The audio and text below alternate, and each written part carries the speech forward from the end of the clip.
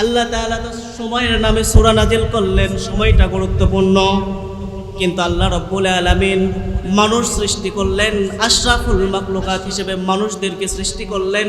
তাহলে মানুষের নামে কোনো সূরা আছে না নাই? আমরা যদি এই পবিত্র কোরআনুল কারীম তালাশ করি, কোরআনুল কারীমটা খুলে দেখি আমার বন্ধুগণ, তাহলে দেখব এই কোরআনুল কারীমের মধ্যেই আল্লাহ রাব্বুল আলামিন নাজিল করেছেন সূরাতুল ইনসান, অর্থাৎ মানুষের নামেও সূরা আল্লাহ তাআলা দিয়েছেন। এখন আমরা চিন্তা করলাম, আল্লাহ রাব্বুল আলামিন তো মানুষের নামে সূরা নাজিল করলেন, কিন্তু আরেকটা জাতি রয়েছে যারা অদৃশ্য হয়ে থাকে, তারা হচ্ছে কি জিন। জিনের নামে এই কোরআনুল কারীমের সূরা আছে না নাই?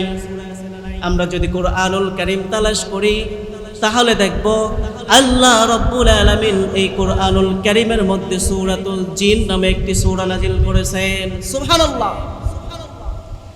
এরপরে আমরা যদি চিন্তা করি, মানুষ এবং জিনের নামে আল্লাহ রাব্বুল আলামিন তো সূরা নাজিল করলেন, তাহলে এই মানুষ এবং জিন বাদেও তো অনেক পশু পাখি রয়েছে, এগুলোর নামে কি সূরা আছে না নাই? দেখেন আমাদের গৃহপালিত পশু গরু, আপনি যদি কোরআনুল কারীম তালাশ করেন, কোরআনুল কারীমের 2 নম্বর সূরা, এই সূরাটি হচ্ছে সূরাতুল বাকারা, অর্থাৎ গাভীর নামও আল্লাহ রাব্বুল আলামিন সূরা নাজিল করলেন। আপনারা চিন্তা করতে পারেন, আল্লাহ তাআলা মানুষের নামে সূরা নাজিল করলেন, জিনেদের নামেও নাজিল করলেন, গরুর নামেও নাজিল করলেন, কিন্তু যারা বনে জঙ্গলে থাকে এদের নামে সূরা আছে না নাই? আপনি যদি কোরআনুল কারীমটা তালাশ করেন 30 পারার মধ্যে পেয়ে যাবেন রে আমার বন্ধু। কোরআনুল কারীমের মধ্যে আল্লাহ রাব্বুল আলামিন সূরাতুল ফিল নামে একটি সূরা নাজিল করলেন। সুবহানাল্লাহ।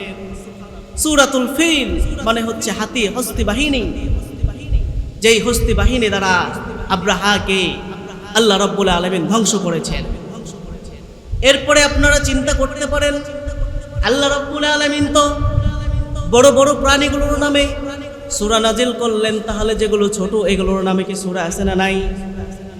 আপনি দেখবেন সূরাতুল নাহল, মৌমাছির নামে সূরা আছে না নাই? এরপরে যদি আপনি আরো চিন্তা করেন, এটি তো গেল উড়ে বেড়াই আকাশের মধ্যে, এর নামে আল্লাহ রাব্বুল আলামিন সূরা দিলেন।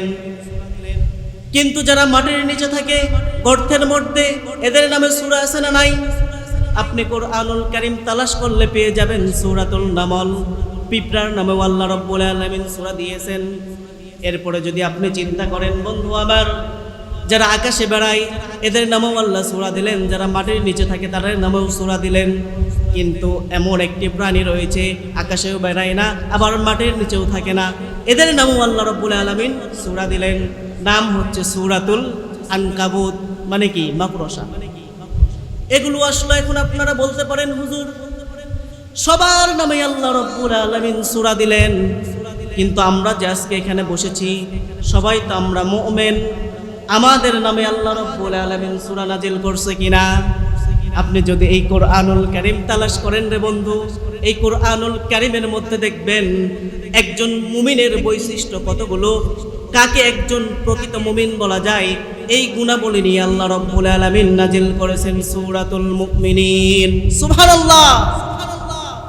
শুধু তাই নয় রে মুসলমান, এখন আমরা চিন্তা করতে পারি আমরা তো মুমিন, আমাদের বিপরীতে যারা রয়েছে তাদেরকে কি বলা হয়? কাফের। আল্লাহ রাব্বুল আলামিন কাফেরদের নামে সূরা নাজিল করেছে কিনা? আপনি কোরআনুল কারীম যদি তালাশ করেন, কোরআনুল কারীমের 30 নম্বর পারার মধ্যে দেখবেন আল্লাহ রাব্বুল আলামিন সুন্দর করে নাজিল করেছেন সূরাতুল কাফিরুন। কোন কোন বৈশিষ্ট্য অর্জন করলে, কোন কোন গুণাবলী অর্জন করলে একজন মানুষ কাফের হয়ে যায়, এই বিষয়গুলো আল্লাহ রাব্বুল আলামিন সূরাতুল কাফিরুনের মধ্যে দিয়েছেন। আমাদের সমাজে এমন মানুষ দেখা যায় আজকে কোরআনুল কারীমের মাহফিলে আসছে, আবার দেখবেন কালকে যদি পাশে যাত্রা হয় সে যাত্রার প্যান্ডেলেও যায়। বাংলার জমিনে এমনও মুসলমান আছে মসজিদের মধ্যে ইমামের পিছনে নামাজ আদায় করে এবং বাহিরে আসে আবার ওই ইমামেরই সমালোচনা করে। এদেরকে কি বলা হয়? মুনাফিক। তাহলে এখন আপনারা চিন্তা করতে পারেন যে আল্লাহ রাব্বুল আলামিন মুমিনদের নামে সূরা দিলেন, আবার কাফেরদের নামেও সূরা দিলেন। যারা মুমিন নয়, কাফের নয়, তাদেরকে কি বলা হয়? মুনাফিক। এদের নামে সূরা আছে না নাই? এই চিন্তা যদি করেন আপনি কুরআনুল কারীম দেখবেন, কুরআনুল কারীম তালাশ করবেন, কুরআনুল কারীমের 114টি সূরার মধ্যে একটি সূরা পাবেন, যেই সূরাটির নাম হচ্ছে সূরাতুল মুনাফিকুন। সুবহানাল্লাহ। আপনি কোন অর্জন করলে, কোন কাজগুলো করলে একটি মানুষ ইমানদারও থাকে না, মুমিনও থাকে না, আবার কাফের হয় না, মুনাফিক হয়ে যায়। এই মুনাফিকরা হচ্ছে বর্তমানে আমাদের সমাজের সবচেয়ে বড় দুশমন। এই মুনাফিকদের থেকে আমাদেরকে অবশ্যই সতর্ক থাকতে হবে।